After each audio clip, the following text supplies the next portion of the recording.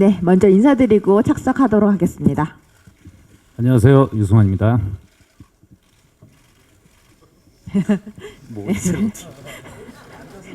네, 감독님이 오늘 오전에 토론토에서 오셔서 지금 시차 적응이 안 되신 것 같습니다.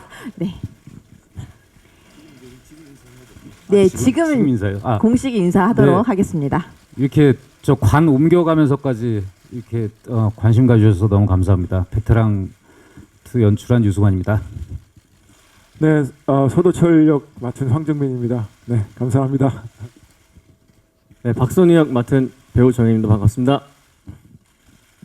네, 영화 베테랑 2가 칸 영화제, 토론토 영화제에 이어 오늘 국내에서 첫 공개된 자리인데요. 먼저 류승환 감독님부터 기자님들께 영화 본 이야기 하실 수 있도록 인사 부탁드리도록 하겠습니다. 어떻게 보셨는지 한번 물어봐 주시면 될 것 같습니다. 영화를 어떻게 보셨나요? 이렇게 하는 거예요? 네. 어떻게 네, 된 거죠? 감독님, 감독님 질문은 그럼 공식적으로 기자님들께 받는 걸로 하고요. 저희 질문이 바로 기자님들께서 많이 준비되신 관계로 바로 마이크를 기자님들께 넘기도록 하겠습니다. 네, 우측 뒤쪽에 계신 기자님께 먼저 마이크 드리도록 하겠습니다. 네, 안녕하세요. 저 헤럴드팝 이미지 기자인데요. 먼저 감독님께 질문 드릴게요. 이제 토론토 영화제 다녀오셨는데 좋은 이야기들이 많이 나왔다고 알고 있는데 좀 반응 어떠셨는지 소감 좀 듣고 싶고요. 그리고 두 배우님께 각자 질문 드리고 싶은데 황정민 배우님은 이제 서도철로 9년 만에 돌아오셨잖아요. 1편 속 서도철 느낌을 이제 그대로 살리기 위해서 좀 신경을 많이 쓰신 것 같은데 그 과정에서 좀 어려웠던 점은 없으셨는지 궁금하고, 정혜인 배우님은 눈빛, 동공 연기가 좀 인상적이었는데 그 부분에 있어서 신경 쓰신 점 궁금합니다. 네, 토론토 영화제에서 어제 도착했는데요. 마치 부산 영화제보다도 짧은 일정으로 갔다 왔는데 다행히도 반응이 되게 좋았어요. 그 토론토가 작년까지 그 헐리우드 파업 때문에 좀 분위기가 작년에 제가 밀수 상영할 때는 좀 분위기가 좀 처져 있었는데 올해는 사람도 막 너무 많이 오고, 그리고 극장 안의 분위기도 되게 활기가 차서 제 생각보다 훨씬 더 유머 코드가 활발한 영화로 인지를 해주셨고, 실제 관객과의 대화 때 그런 질문들이 많이 나오셨었고, 그리고 제가 좀 되게 개인적으로는 감동적이었던 리뷰가 하나 있었는데, 리셀 웨폰을 처음 볼 때 같은 느낌이었다는 관객 반응이 있었어요. 그래서 제가 가장 좋아하는 경찰 영화 시리즈를 언급해 주실 정도로 그렇게 좋게 봐주셔서 대단히 영광스러웠고, 근데 이제 정작 중요한 건 오늘 반응과 오늘부터 있을 이제 일반 관객분들과 만나는 게 더 중요하겠죠. 그렇습니다. 아직 제가 시차가 적응이 안 됐나 봅니다. 죄송합니다. 네, 황정민 배우님. 네, 저는 1편 끝나고 나서 2편이 이렇게 오랜 시간 동안 이제 제작이 안 될 거라는 거는 상상을 못 했었죠. 1편 끝나고 나서. 왜냐하면 1편이 워낙 잘 돼서 2편도 곧 들어가리라고 생각을 하고 마음을 먹고 있었는데 여차여차 하다 보니 이렇게 시간이 좀 됐네요. 근데 저는 늘 그 서도철을 제 마음 한켠에 계속 마음속에 두고 있었어요.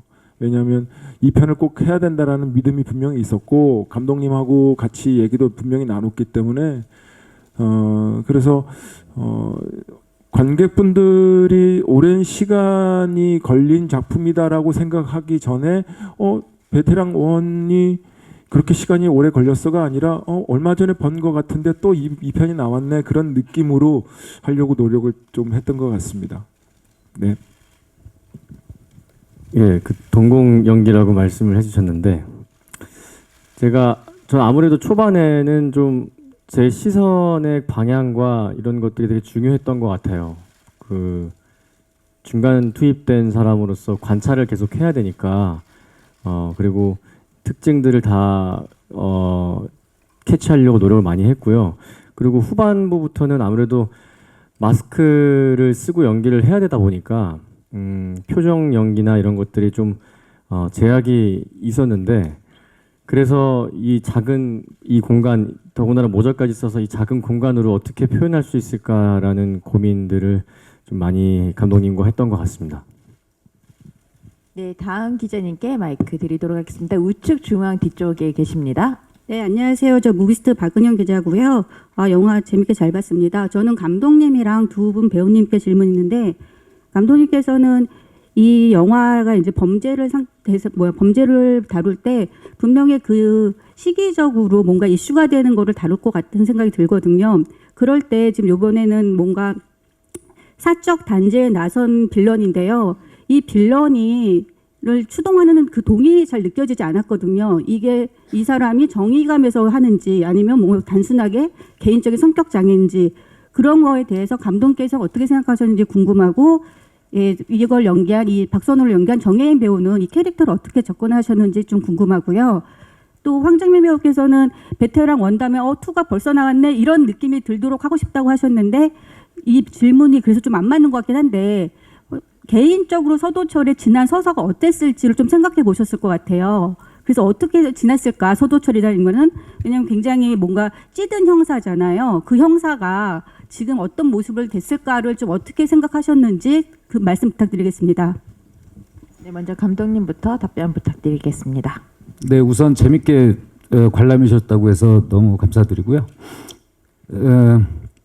제가 이 시나리오를 본격적으로 이 소재와 이 환경으로 속편을 만들겠다라고 하기 전에 이 몇 번의 버전의 스토리들이 있었어요. 그래서 그거를 가지고 황 선배님하고도 뭐 상의를 하기도 하고 하다가 지금의 버전으로 진행을 하게 된 것이 제가 모가디슈 촬영이 끝나고 2019년도에 이제 모로코에서 돌아와서 그때 밀수를 회사에서 개발하고 있었는데 회사에서 밀수를 개발하는 동안 저는 이제 베테랑 2를 이제 준비를 해야 되겠다 해서 그때부터 작업을 시작을 했어요. 근데 공교롭게도 지금 아마도 영화 보시면 지금 최근에 뭐 발생하고 있는 어떤 사건들이 연상되기도 하곤 하는데 그것은 정말 말 그대로 우연히 겹친 것입니다. 근데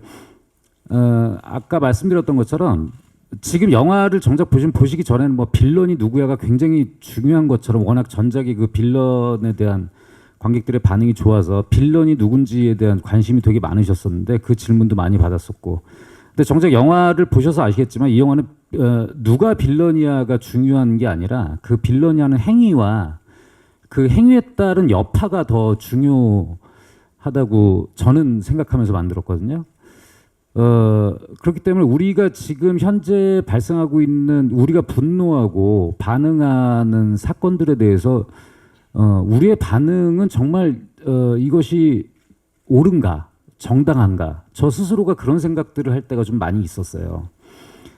사건의 이면을 입체적으로 보지 못하고 그냥 내가 제공되어지는 어떤 정보의 소스만을 가지고 순간적으로 분노해서 그걸 내 안에서 판단을 쉽게 내버리고 그 다음에 다른 이슈가 또 생기면 그 이슈로 넘어가 버리고 자신이 한 일종의 그 개인이 내린 판결에 대한 어떠한 책임도 지지 않고 계속 개인과 사회는 그렇게 계속 굴러가고 있죠.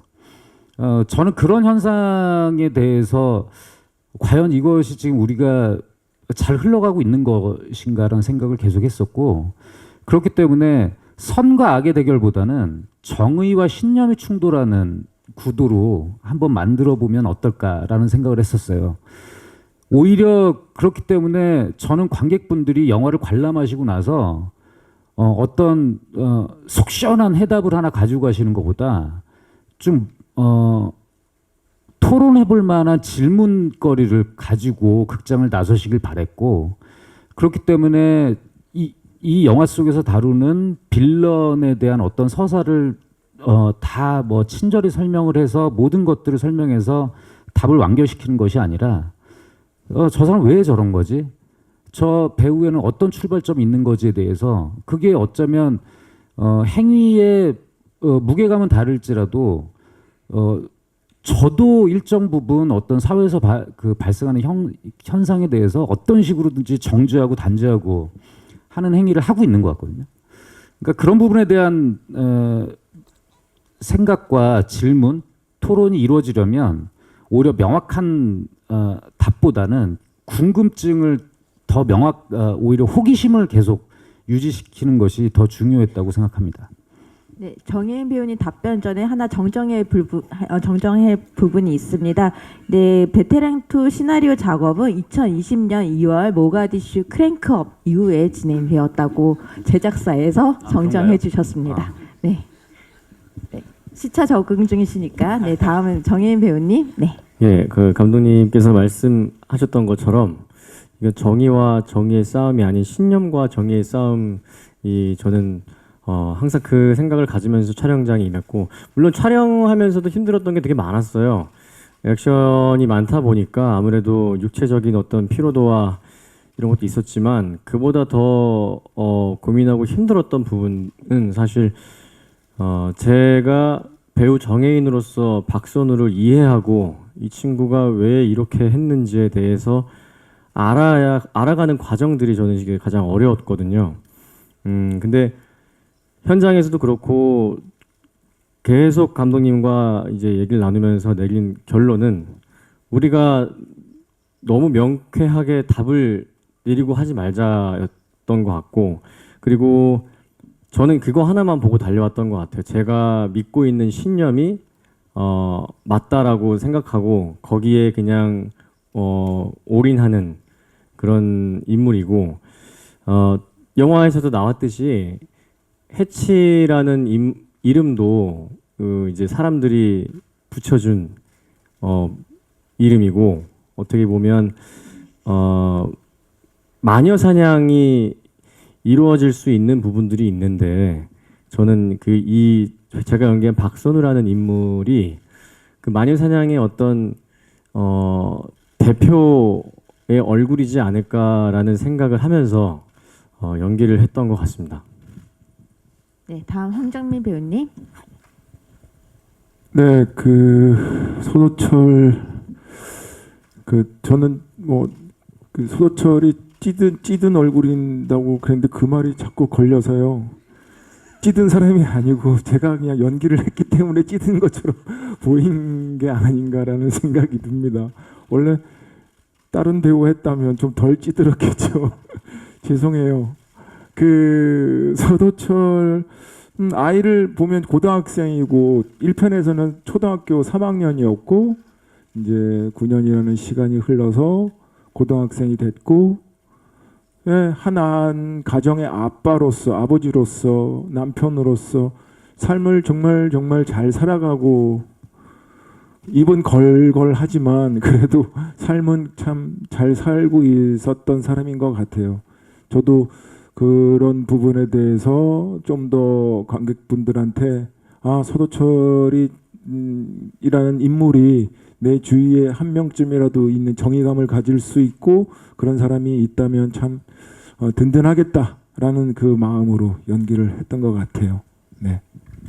네, 다음 기자님 좌측 중앙에 왼쪽에 계십니다. 좌측 중앙에 계십니다.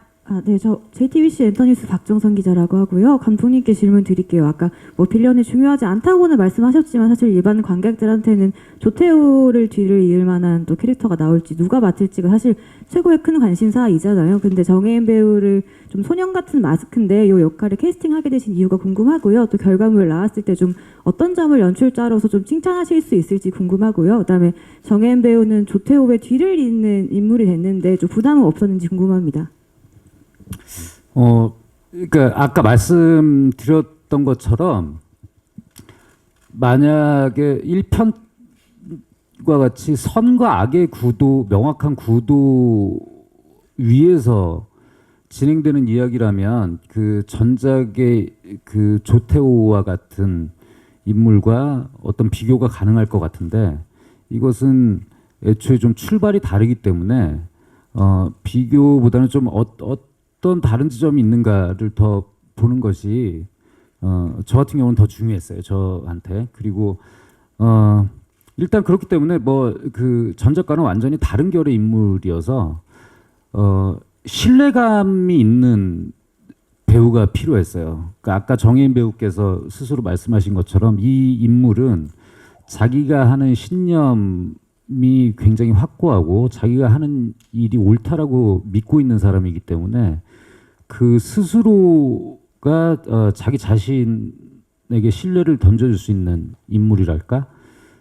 그런 의미에서 시동이란 영화를 제가 프로듀서로 참여했을 때 작업하는 내내 정혜인 배우가 갖고 있는 어떤 신뢰감이 있었어요.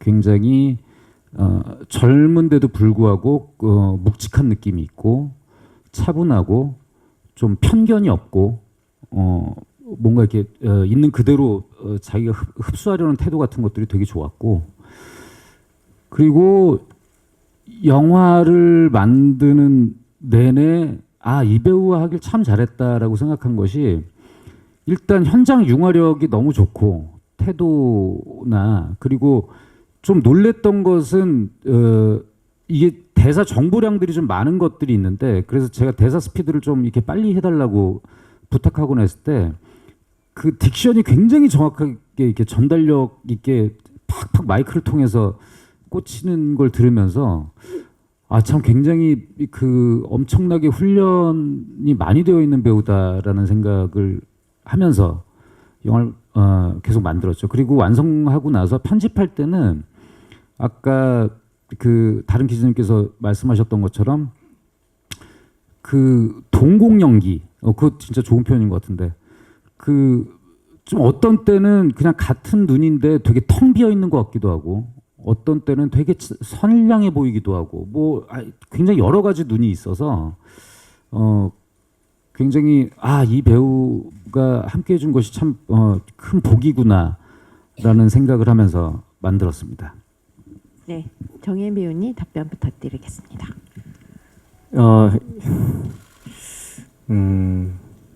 전편과는 명확하게, 약간 전편에서 명확한 뭔가 악의 구조와 빌런의 구조가 있었다면 이번 영화 같은 경우도 너무 전편이랑은 조금 다른 느낌의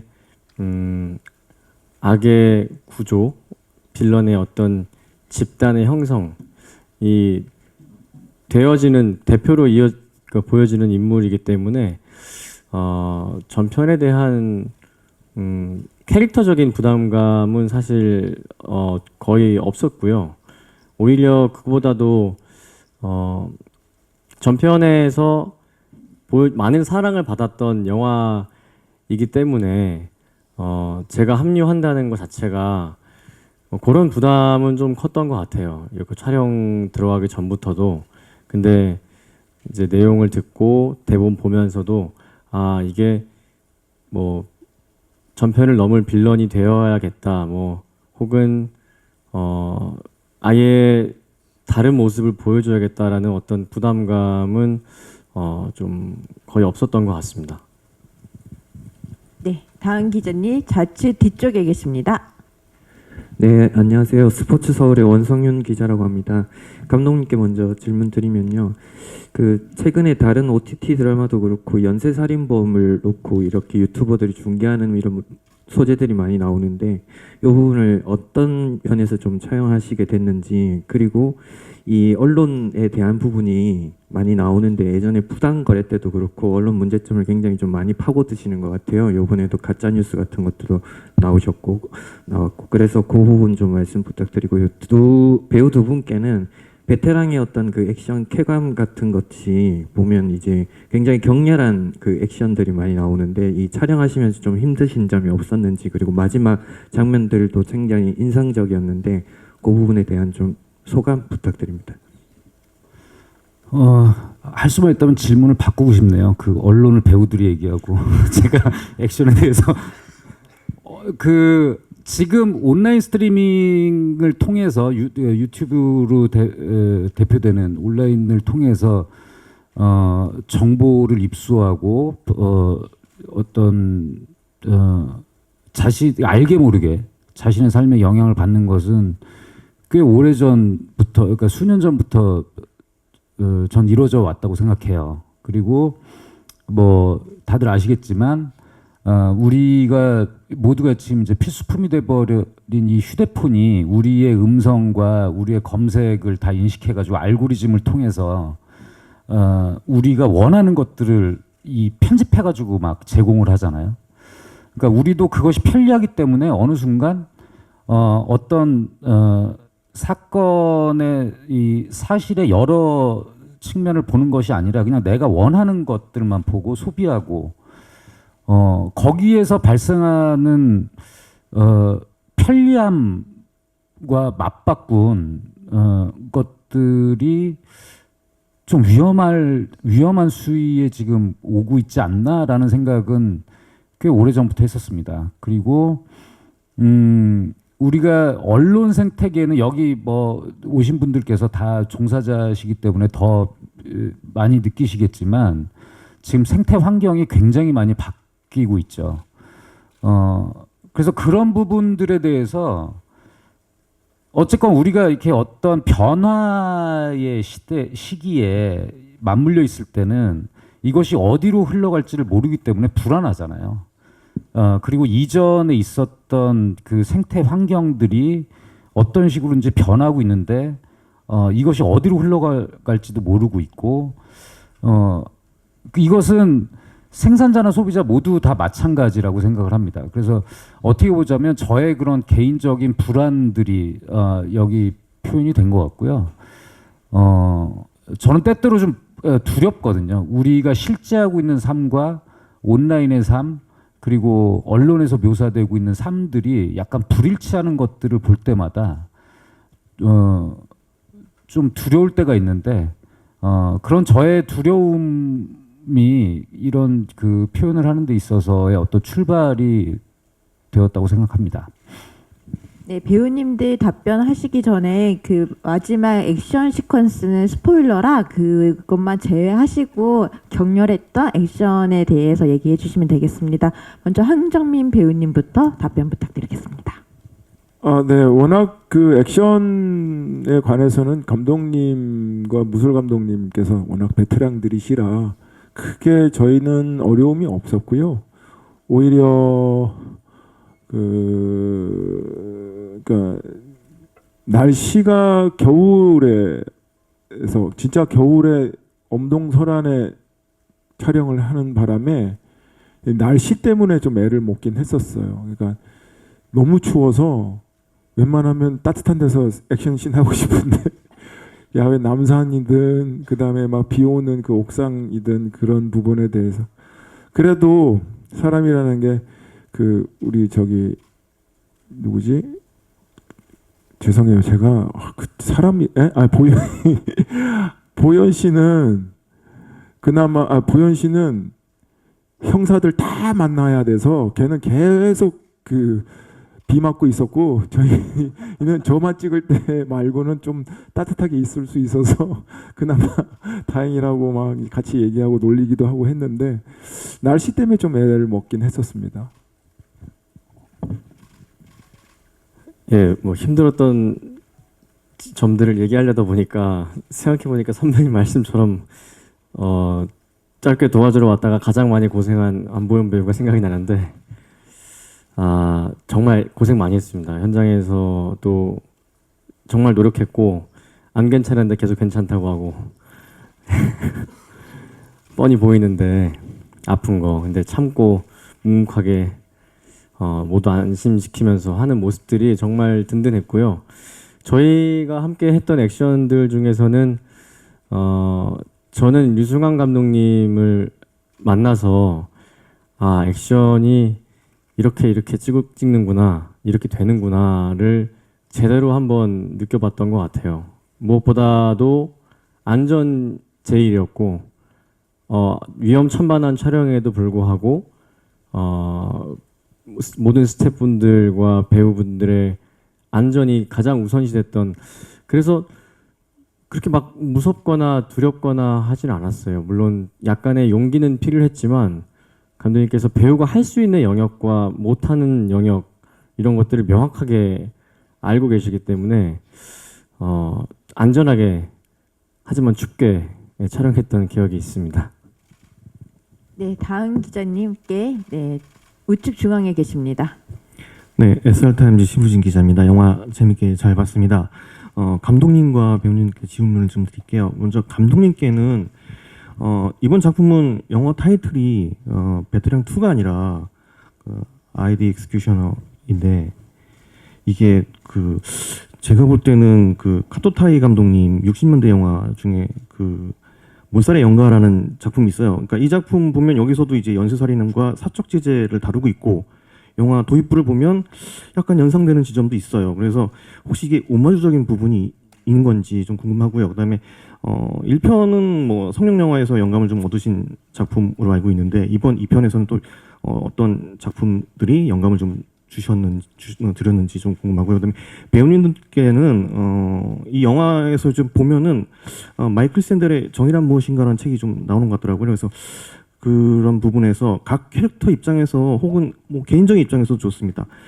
정의란 무엇이라고 생각하시고 연기하셨는지 답변 좀 부탁드리겠습니다. 예.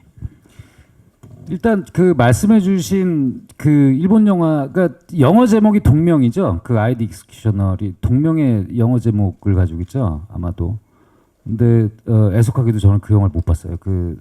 이 영어 제목이 공개됐을 때 온라인에서도 그런 글들을 몇 개 봤었는데 제가 그 내용을 봤을 때는 이 영화가 제가 보면 되게 좋아할 만한 것들이 많이 있는 영화인데 그래서 그 영화는 제가 만날 기회가 없었습니다. 그리고 이 영화의 영어 제목의 출발은 원래는 제가 이 부제의 한글 제목은 내가 집행한다였어요.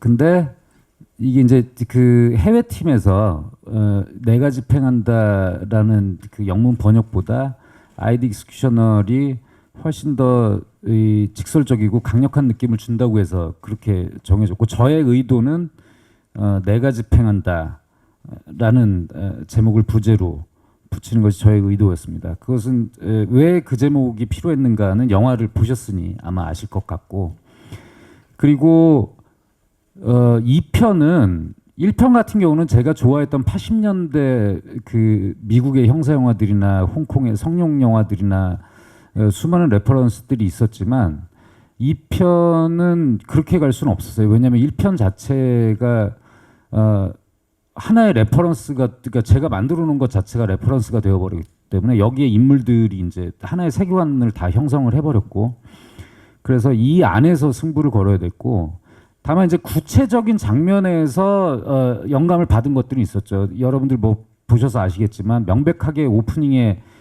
주부도박단을 잡는 것은 1편에서 주부도박단 사건이고 해결을 못한 사건이거든요. 1편에서 왜 조태호를 잡으러 갈 때 영장 발부가 안 되니까 주부도박단을 잡는 걸로 이렇게 영장을 내주는 척하면서 그걸 가지고 마지막에 조태호의 파티장을 잡는 걸로 1편이 나오는데 근데 그 영화에서는 주부도박단을 체포를 못하죠 결국에.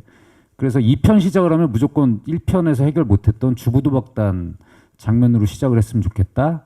그리고 자세히 보시면 아시겠지만 봉영사가 앉는 테이블이 밀수에 등장했던 해녀 배우들이 다 그 테이블에 앉아 있어요. 그래서 제 딴에는 밀수에서 돈 벌어서 이제 이렇게 도박하러 다니는 저만의 농담이 하나 있었고 액션이 시작됐을 때는 제가 너무나 좋아하는 무성영화 시절에 버스터 키튼과 헤럴드 로이드의 그런 스턴트 액션들, 공간을 이용한 스턴트 액션들로 영화를 멋지게 시작하고 싶었어요. 그래서 오프닝에 그리고 이 과거에 흘러간 신나는 경쾌한 팝을 쓴 것도 1편과의 어떤 이 톤을 유지시키려는 전략이었고 그리고 나서 이 프롤로가 끝나고 나면서부터는 이제 베테랑 2편에 베테랑 1과도 분절되는 베테랑 2만의 세계를 찾아야 됐습니다. 그래서 각 매 장면마다 배우들의 연기나 촬영과 조명 뭐 이런 양식들을 되게 여러 요소들에서 오히려 좀 베테랑 1편과는 거리가 먼 것들에서 좀 가지고 오려고 노력을 많이 했죠. 근데 보다 더 중요한 것은 이미 제가 만들어 놓은 인물들과 세계 안에서 진행을 하는 거였기 때문에 어떻게 하면 베테랑만의 독창적인 세계를 완전히 구축할 것인가가 큰 숙제여서 가급적이면 영향을 받더라도 좀 벗어나려고 노력을 했고 오히려 순간적으로 즉흥적으로 떠오르는 영감들에 충실하려고 노력했죠. 예를 들어서 그 민강훈을 잡으러 마약소구를 들어갈 때 그 조독배 씨의 나의 옛날 이야기가 음악이 흐르는데 그것은 원래 사전에 그러니까 제가 작업하는 방식은 저는 그 사용할 음악이 있으면 이미 시나리오에 적어 놓거든요. 근데 그 음악은 촬영하는 동안 그 새벽에 이제 매일 밤새 그 인천의 그 시장 자리에서 촬영을 했는데 거기 공용 화장실을 오가다가 그 공용 화장실 그 관리하시는 그 관리사무소 분이 라디오를 항상 틀어놓고 계세요. 근데 새벽 시간에 라디오에서 흐르는 그 음악을 듣고 그 화장실의 분위기하고 막 이 모든 요소들이 뭔가가 저를 건드려서 현장에서 그 음악을 한번 장면에 입혀봤더니 너무 잘 맞는 거예요. 뭐 그런 식으로 오히려 제가 제 안에 있는 데이터에 의존하는 것도 있었지만 외부에서 즉흥적으로 생겨나는 것들 뭐 이런 것들을 끌어다가 만들려고 노력했죠.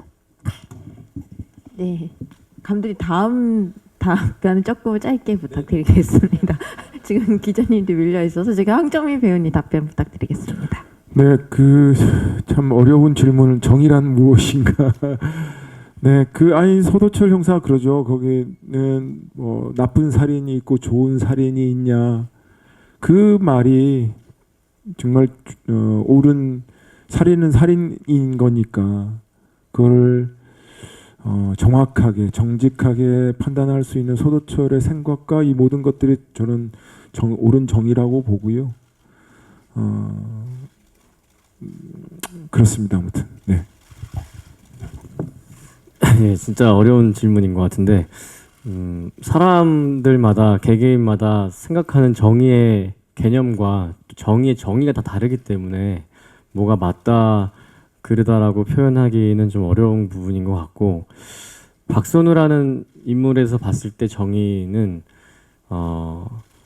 많이 어려운 것 같아요. 그 정답을 내리기가. 그래서 그냥 배우 정혜인으로서 이제 생각하는 정의에 대한 답변을 드리자면 저는 사람으로서의 양심과 사람이 용기인 것 같습니다.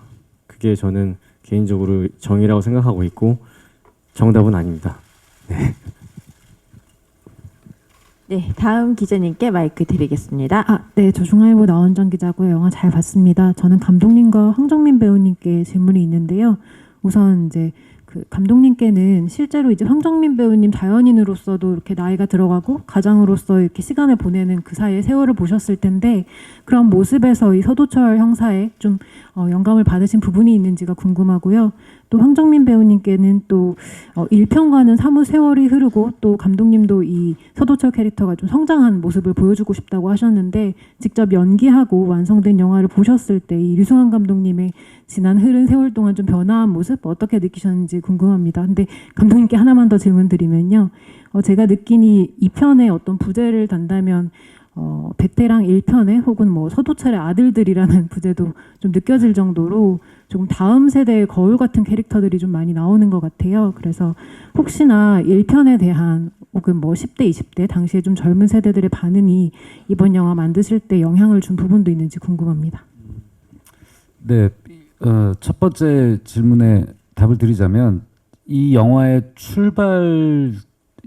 1편의 출발이 황정민이라는 배우가 없었다면 출발 자체가 안 됐을 거고 2편도 마찬가지죠. 그러니까 베테랑 시리즈는 이제는 저는 없어도 되는데 황정민은 없으면 안 되는 시리즈가 돼버렸어요. 약간 이렇게 보증 잘못 써가지고 권리를 뺏긴 것 같은 느낌. 근데 실제로 제가 이제 그 다른 영화를 만들 때는 제가 뭐 시나리오를 다 써놓고 이제 배우분들한테 제안을 드리고 배우분들이 그것을 가지고 결정하고 하지만 이 시리즈는 사람부터 황 선배를 만나서 지금 이런 방향으로 생각하고 있어. 이런 방향 어떨까? 뭐 이런 얘기들을 같이 나누면서 진행을 하고 있기 때문에 사실은 서도철 이퀄 황정민이기도 하죠. 왜냐하면 자연인 황정민이 가지고 있는 그 성격의 일부, 그런 태도들이 서도철한테 굉장히 많이 들어와 있고 1편도 마찬가지였어요. 그리고 당연히 제가 사실은 그 사교성이 그렇게 좋지가 않아서 영화계에 이렇게 친구가 많지는 않은데 몇 안 되는 친구죠. 속 얘기하고 할 수 있는. 그렇기 때문에 옆에서 보면서 우리 아이들이 크는 얘기도 하고 속 얘기도 하고, 그리고 이게 황 선배님은 그 촬영할 때 이렇게 아침마다 사우나를 꼭 하세요. 그럼 할 때 이제 우리 촬영 같이 제가 이제 여유가 같이 좀 같이 사우나 하면서 서로 뭐 이런 얘기 저런 얘기 하고 하다못해 이렇게 잠자리가 바뀌어서 잠이 잘 오지 않는다 이런 얘기부터 소화가 잘 되네 안 되네 이런 시시콜콜한 얘기까지 하는데, 그런 모습을 보면서 되게 이렇게 인간적이고 기본적으로 배려심이 있는 모습들을 보게 되거든요. 근데 사람은 나이를 먹으면서 어쨌건 어떤 부분에서 이렇게 성숙하고 진화하는 부분도 있지만 또 퇴화하는 부분도 있잖아요. 지치고 지쳐가는 모습도 보게 되고. 그래서 아마도 은연중에 제가 여기 보면은 그 힘들다라는 대사가 계속 나오는데 그건 제가 대사에 쓴 것도 아니고 황 선배님이 그냥 연기를 하면서 나온 말들인데, 그 말들이 연출을 하는 저의 상태하고도 너무 잘 맞물려 있고, 저는 그래서 오늘 다시 보는데 힘들다는 대사가 이렇게 많이 했었나 싶을 정도로 많이 나오더라고요. 근데 그런 것들이 아마 저와 황 선배님의 이 마음이 다르지 않았기 때문에 나오는 것 같아요. 그리고 말씀하신 것처럼 저희가 또 아이들도 비슷한 또래여가지고 당연히 우리 다음 세대에 대해서 생각을 하게 되죠. 그래서 저는 이 영화에서 그 서도철이 마지막에 아들에게 하는 그 한마디가 저한테 굉장히 중요했거든요. 이 영화는 어떻게 보자면 서민영웅 서도철의 모습이기도 하지만 사과할 줄 아는 어른의 모습은 얼마나 값지고 고귀한가를 다루고 싶었어요. 자신의 실수를 인정하고 사과하는 어른의 모습이 되게 중요했거든요. 그런 면에서 저는 황정민 선배님의 그 인간 황정민의 모습에서 그런 것들을 충분히 발견할 수 있었기 때문에 제가 시나리오도 쓰고 그런 현장도 만들 수 있었다고 생각합니다. 네, 황정민 배우님. 짧게 하세요.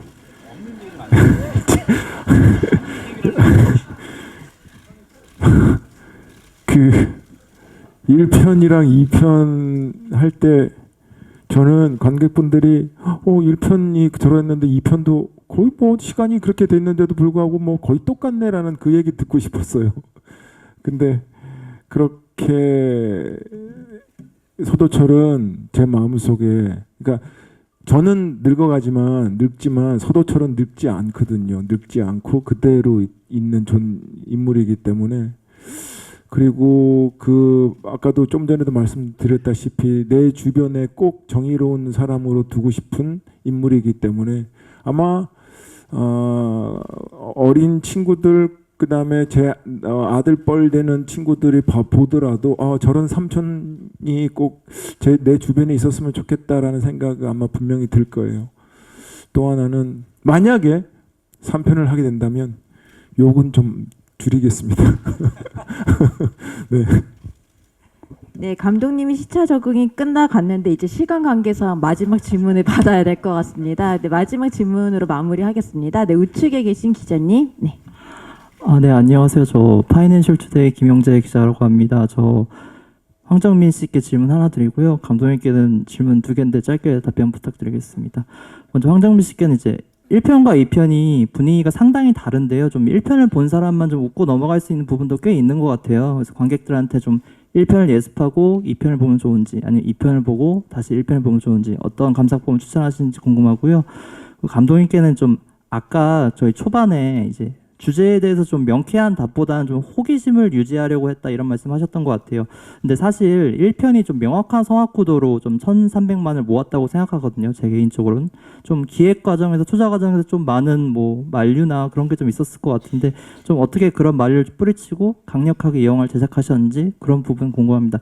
그 질문 하나 더 드리자면 뭔가 제가 쿠키 영상을 제대로 본 게 맞는지 모르겠는데 좀 속편을 예고하시는 것 같아요. 좀 이 영화가 좀 올해 제일 큰 규모의 추석 영화고, 그러니까 한국 영화 중에 유일하게 개봉하는 또 이 영화가 또 다른 또 한 번 천만 영화가 될지가 좀 모두의 관심사인데 좀 3편 제작을 이 정도 모으면 3편 제작 가능했다 좀 그런 게 생각해 두신 게 있는지 궁금합니다.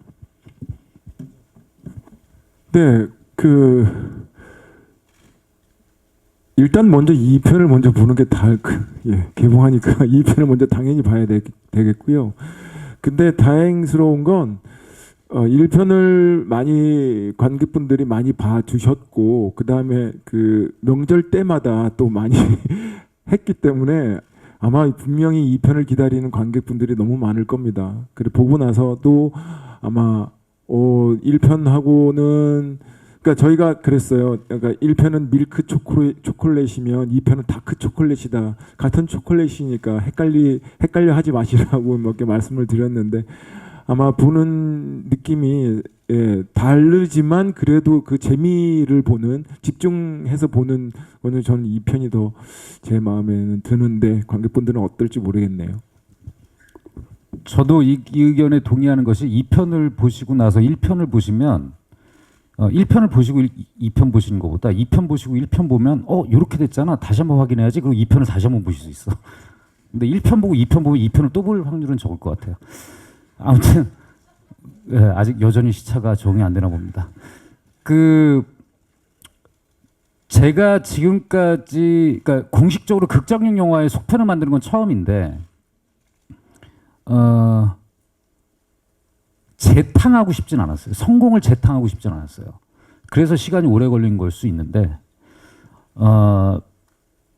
영화를 만드는 사람으로서 그랬을 때 제가 정말 이 인물을 아끼고 이 시리즈, 이 세계관을 아낀다고 한다면 좀 다른 모험을 하는 것이 맞다라는 생각이 들었었고 그것은 이전에 그 1편을 마무리하면서부터도 들었던 생각이에요.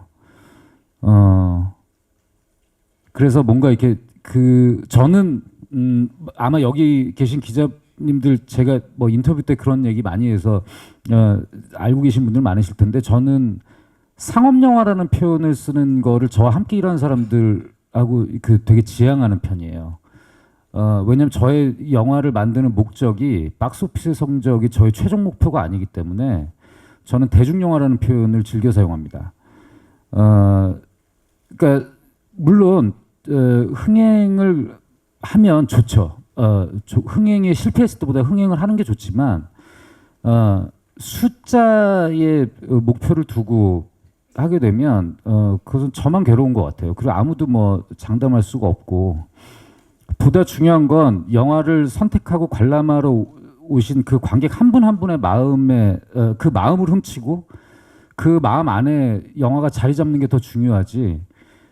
저는 그리고 영화를 관람하러 오시는 관객 한 분 한 분을 그 박스오피스에 뭐 1,000만 명의 1,000만 명 중에 한 명, 뭐 몇백만 명 중에 한 명으로 생각하고 싶지 않아요. 여기 와 계신 기자님들도 한 분 한 분, 여러분들 한 분 한 분한테 어떻게 이 영화가 전달되는지가 더 중요하지. 그렇기 때문에 저한테 무슨 그런 이후에 그 흥행에 대한 뭐 숫자에 대한 또 뭐 이런 강박을 스스로 가지려고 하지도 않고 목표도 세우지 않고 그렇습니다. 그리고 톤 앤 매너가 이렇게 달라졌는데 어떻게 설득을 했느냐. 그러니까 9년 동안을 기다리다 보니까 약간 인제 들어가는구나 그러고 어떻게 다 홀린 것 같아요. 이렇게 가서 들어가긴 들어가는구나 이러고 제작진들이 일단 기본적으로 저의 이런 방향성에 대해서 동의를 해주셨고 가장 큰 건 주인공 서도철인 우리 황정민 선배께서 제가 약간 무리수를 두는 것에 대해서 동의를 해주셨기 때문에 이게 갔지. 아 자기야 왜 쉬운 길 놔두고 여기로 가려고 그래 뭐 계속 그랬으면 안 됐겠죠. 그러니까 이건 그 같이 만드는 모든 동료들의 이 호흡이 맞았기 때문에 뭐 자본도 설득할 수 있고 이랬다고 생각합니다.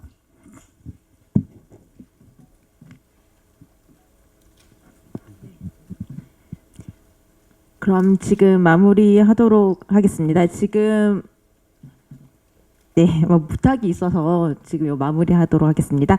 네, 그러면 지금 마지막으로 기자님들께 인사를 드리고 저희는 포토타임 진행하도록 하겠습니다. 네, 제가 너무 막 두서없이 횡설수설해가지고 죄송하고요. 아무튼 영화 이렇게 관심 있게 봐주시고 저희 그 인터뷰 이렇게 봐주시고 해서 너무 감사드리고 이제 또 조만간 이제 그 저희 인터뷰하면서 또 한 분 한 분 뵙고 또 많은 말씀 나눴으면 좋겠습니다. 하여튼 너무 감사합니다.